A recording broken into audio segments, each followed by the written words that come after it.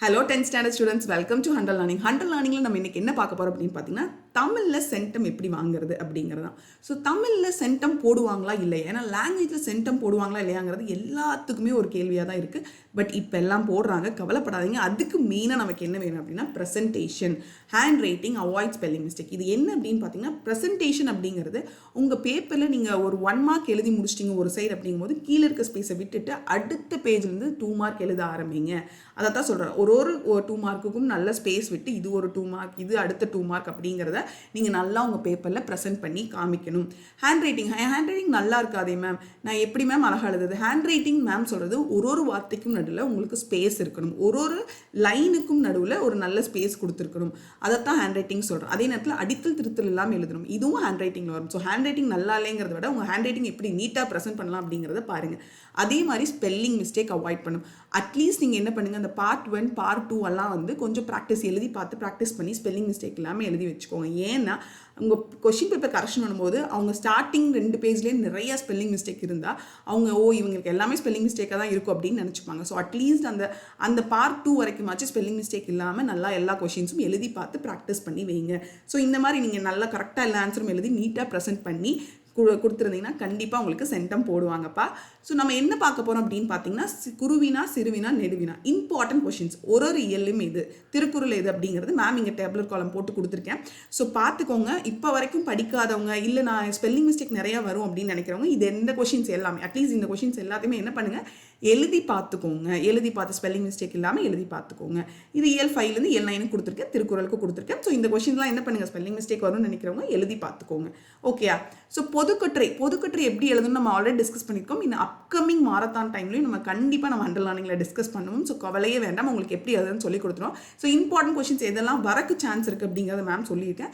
உங்களால் முடிஞ்ச அளவுக்கு அந்த குறிப்பு சட்டகம் இதில் என்னென்ன சப்ஹெட்டிங்ஸ் போடலாம் அப்படிங்கிறத நீங்கள் எழுதி வச்சுக்கோங்க. அதுக்கப்புறம் எப்படி எழுதலாம் அப்படிங்கிறத நம்ம ஹண்டர் லேர்னிங்கில் கண்டிப்பாக உங்களுக்கு சொல்லி கொடுத்துருவோம்.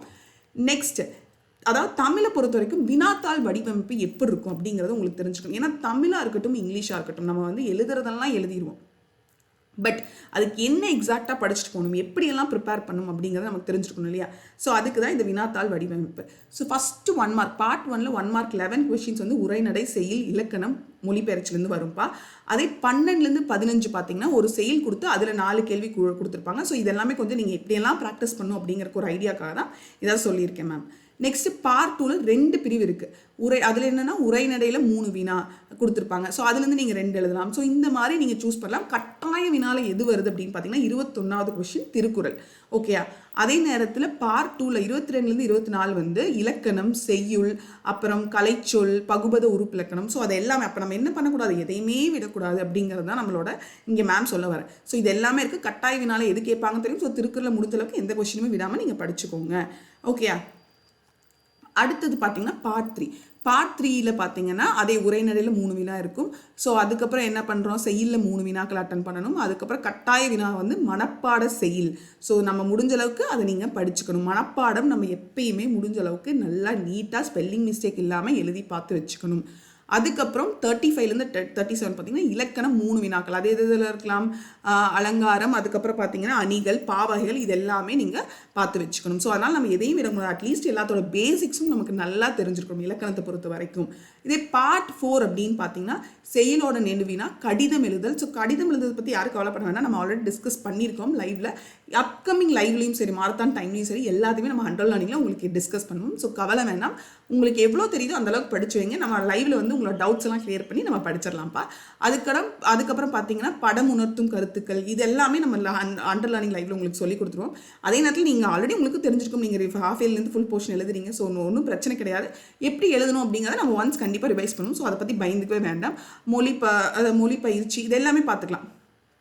மொழிபெயர்ப்பு பகுதி இருக்கு இல்லையா, இதெல்லாமே நம்ம டிஸ்கஸ் பண்ணுவோம் அப்கமிங் லைவ்ல. ஸோ அதை பற்றி பயம் வேண்டாம். அதே நேரத்தில் பார்ட் 4, அதாவது என்னது இது, பார்ட் 5 8 மதிப்பெண் வினாக்கள். அதில் பார்த்தீங்கன்னா உரைநடை நெடுவினா ஒன்று கண்டிப்பாக எழுதியிருக்கும், துணைப்பாடு நெடுவினா ஒன்று கண்டிப்பாக எழுதியிருக்கும். ஸோ பொதுக்கட்டுரை அப்படிங்கிறத பற்றி நம்ம ஆல்ரெடி லைவ்ல டிஸ்கஸ் பண்ணுவோம், அப்கமிங் லைவ்லையும் சொல்லுவோம். பொதுக்கட்டுரையில் பார்த்தீங்கன்னா குறிப்பிச்சட்டம் இருக்கணும், முன்னுரை, முடிவுரை, அதுக்கப்புறம் ஒரு செய்யுள் மாதிரி ஒரு திருக்குறள் எழுதியிருக்கணும், இல்லை ஒரு ப்ராவர்ப், அதாவது ஒரு இது கவிதை மாதிரி கூட எழுதலாம். அதை எப்படி எடுத்து காமிச்சு நீங்கள் ஒரு பாக்ஸ் போட்டு எழுதலாம். 8 மார்க் எப்படி கொடுப்பாங்க, 8 மார்க் கட்டுரையில் நீங்கள் எப்படி ஃபுல் மார்க் வாங்கலாம் அப்படிங்கிறது எல்லாத்தையுமே நம்ம ஹண்டர் லேர்னிங்கில் பார்ப்போம். ஆல்ரெடி பார்த்துருக்கோம், அப்கமிங் லைவ்லும் எல்லாமே உங்களுக்கு சொல்லிக் கொடுப்போம். ஸோ அதை பற்றி கவலையே வேண்டாம்.